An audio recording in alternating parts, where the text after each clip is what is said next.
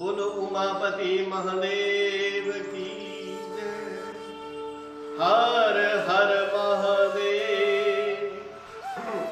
ब्रह्मा जी ने कहा कि हे नारद, इस प्रकार मैंने शिव जी की माया के अधीन होकर तथा अहंकार के वशीभूत होकर पहले तो अपने प्रभु के साथ बैर किया, तदुपरांत कामदेव पर कृपा करके दक्ष प्रजापति से ये कहा कि हे पुत्र, तो अपनी सवेदिका नाम पुत्री का विवाह कामदेव के साथ कर, तो हमारा हृदय प्रसन्न हो जाएगा। मेरी इस आज्ञा को सुनकर दक्ष ने कामदेव से कहा, हे अनंत, मेरी पुत्री को जो रति नाम से प्रसिद्ध है स्वीकार करो और प्रसन्नता पूर्वक तीनों लोगों पर विजय प्राप्त करते रहो। कामदेव भी दक्ष की ये प्रार्थना स्वीकार कर ली। तब रति के साथ कामदेव का बड़ी धूमधाम के साथ विवाह हुआ। उस समय मैंने अनंत प्रसन्न होकर दक्ष को अपनी बाई ओर बैठाया।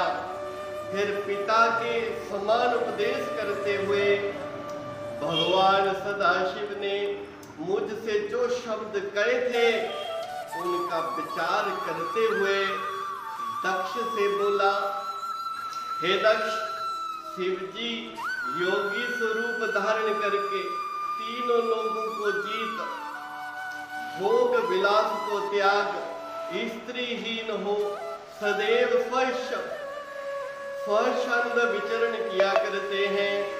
अपनी 10 इंद्रियों पर विजय प्राप्त कर वैश्वाधीन बने हुए हैं। अतः तुम ऐसा कोई उपाय करो जिससे शिव जी संसारिक रीति के अनुसार अपना विवाह कर ले।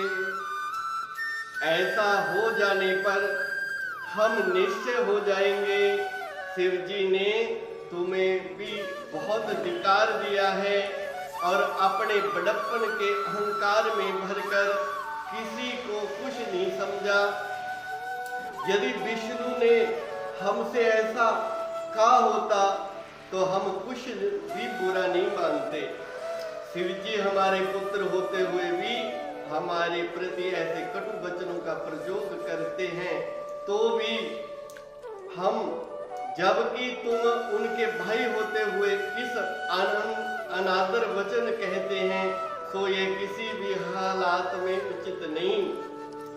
जब तक शिव जी किसी स्त्री से विवाह नहीं कर लेते तब तक हमारा शोक दूर नहीं होगा। अब सोचने की ये बात है कि संसार में ऐसी कौन सी स्त्री है जिसके ऊपर शिव जी मोहित हो जाए और उसके अपना विवाह कर लें तथा वह स्त्री शिव जी की सारी पुतराई को दूर कर दे। यहाँ ये बात ध्यान में रखने की है कि जब कामदेव भी शिव जी को बस में नहीं कर सका तो अन्य देवता उसके समक्ष किस प्रकार ठहर सकते हैं। फिर भी यदि कामदेव कुछ प्रयत्न करे तो शायद काम बने। हे नारद, इतना कहकर मैं हंसता हुआ कामदेव के पास जा पहुंचा। उसके सुंदर स्वरूप को देखकर मुझे ये निश्चय हो गया कि कामदेव द्वारा हमारा ये काम अवश्य सिद्ध हो जाएगा। कामदेव ने मुझे अत्यंत आदरपूर्वक अपने पास बिठाया। उसी समय मेरे श्वास से एक अत्यंत सुंदर पुरुष उत्पन्न हुआ।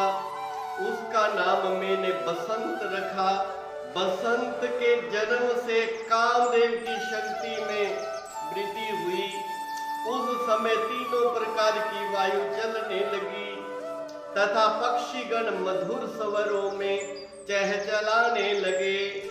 कोकिला भी मीठे स्वरों में कूक उठी। कामदेव की उस शक्तिशाली सेना को देखकर मैंने कहा, हे मनमथ, यदि तुम अपने पराक्रम से शिव जी को बस में कर लो तो तीनों भुवनों में तुम्हारी अत्यंत प्रसिद्धि हो जाएगी। तुम मेरी आज्ञा मानकर इस कार्य को शीघ्र संपन्न करो। मेरी इस आज्ञा को सुनकर कामदेव ने उसे अपने मस्तक पर धारण किया। तदुपरांत वह मुझे प्रणाम कर एवं अपनी सेना को साथ लेकर शिव जी के समीप चला गया। बोलो शंकर भगवान की जय, बोलो उमापति महादेव